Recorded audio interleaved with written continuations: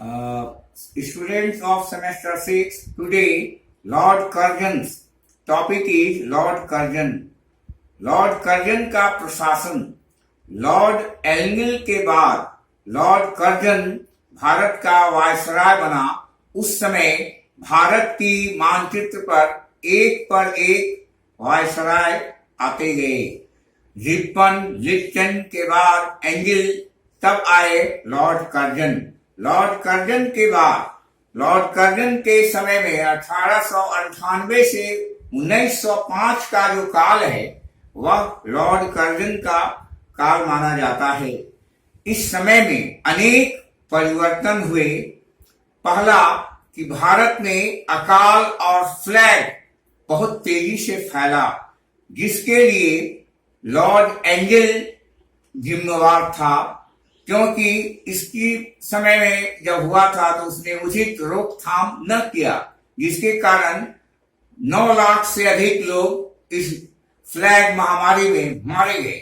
साथ ही जब यह वायसराय बनकर आता है तो वह देखा कि कैसे हिंदुस्तान के में हम अपना साम्राज्य से अधिक रेवेन्यू कैसे हम इकट्ठा करें, और इस रेवेन्यू इकट्ठा करने के लिए गवर्नर जनरल के रूप में उसने निम्नांकित रिफॉर्म्स के अंतर्गत फर्स्ट एग्रीकल्चर रिफॉर्म्स नामक एग्रीकल्चर के द्वारा सुधार के द्वारा इसने अपना पहला काम किया।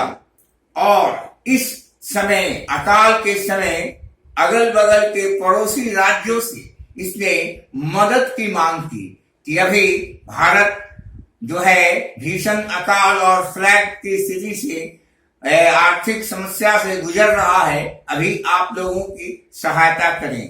कृषि संबंधी सुधार। पंजाब में भूमि अधिनियम एक्ट को लाया गया, और जब लाया गया तो वैसी विषम परिस्थिति में वहां पर लोग कृषक जो थे एक दूसरे का जमीन खरीद बिक्री कर सकते थे। साथ ही उन्नत तरीके से खेती कैसे हो और अधिक से अधिक पैदावार कैसे हो, इस दिशा में लॉर्ड कर्जन कार्यशाला का आयोजन करके भारतीय किसानों को जो है दिखलाया करता था कि अधिक से अधिक उपजाऊ करो, और टैक्स वगैरह उस पर सारे जमीन पर अंग्रेजों के द्वारा टैक्स लगान सिस्टम को भी लागू किया गया। इसके लिए किसानों के लिए इसने क्या किया, कृषि बैंक की स्थापना की, और कृषि बैंक के आने पर जितने खेतिहर मजदूर थे उन मजदूरों को उसने इसका खाता खोलने के लिए प्रेरित किया, और उसमें बीज, खाद और नए तकनीक के जो दिखाने के द्वारा खेती के में लोन पैसा की व्यवस्था कृषि बैंक के द्वारा दी गई। इसके अलावा नेक्स्ट पॉइंट, सरकारी समितियों के द्वारा कोऑपरेटिव की स्थापना की गई।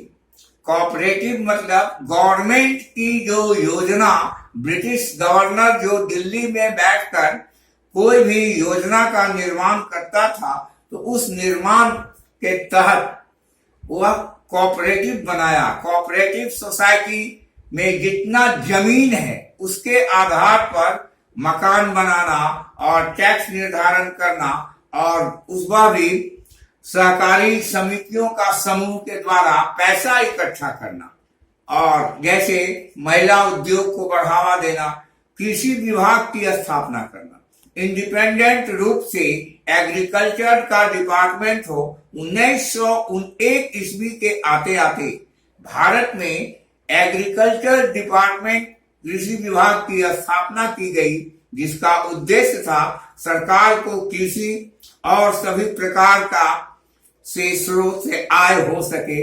इसलिए यह विभाग हमेशा अग्रसर कार्य करता रहा, और इसकी निगरानी के लिए निरीक्षक, इंस्पेक्टर के पद पर कृषि निरीक्षक की बहाली की गई, जिसका भुगतान गवर्नमेंट करती थी, और बाकी गैर सरकारी लोगों के द्वारा इस संस्था को चलाया जा रहा था।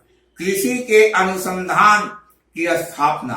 कैसे हम उन्नत तरीके से खेती करें, इसके लिए एग्रीकल्चर साइंटिस्ट के द्वारा नए तकनीक की जानकारी भारतीय किसानों को दी जाने लगी और लोगों को प्रेरित किया गया।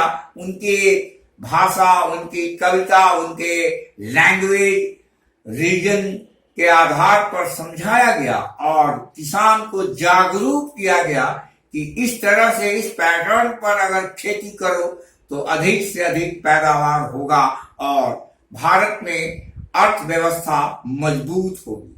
इसके बाद इरिगेशन, सिंचाई की सुविधा के लिए तालाब, नहर, डैम की स्थापना की गई और 1901 ईस्वी में इसके लिए एक कमीशन आयोग की स्थापना की गई और 1903 ईस्वी में इसने सिफारिश किया कि कौन से जगह में नहर और इसका तालाब के द्वारा बहुत बड़े क्षेत्र में उपजाऊ के लिए पानी जा सकता है।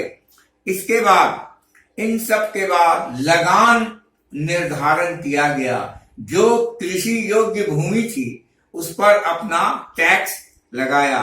तो रेंट जो था वह इसका कानून, रेंट असेसमेंट, जमीन के आधार पर वह लचीलापन था। राजकीय कर्मचारी जो थे वह रेंट को कलेक्ट करते थे और उसके ऊपर के अधिकारी के पास वे जमा करते थे और वह अधिकारी जो था राजमहल में जाके सारा इनकम को जमा करता था खजाना में। इस प्रकार एग्रीकल्चर के क्षेत्र में सुधार के बाद इसने अपने आगे को बढ़ाया और नेक्स्ट फ्रेजर उस समय के समकालीन इतिहासकार थे। एग्रीकल्चर रिफॉर्म्स के बाद उसने तत्कालीन घटनाओं का जिक्र करते हुए कि कर्जन ने कृषि के क्षेत्र में सर्वांगीण विकास की दिशा में काम किया। यह एक महान वायसराय की संज्ञा इसे हम दे सकते हैं। Next, thank you.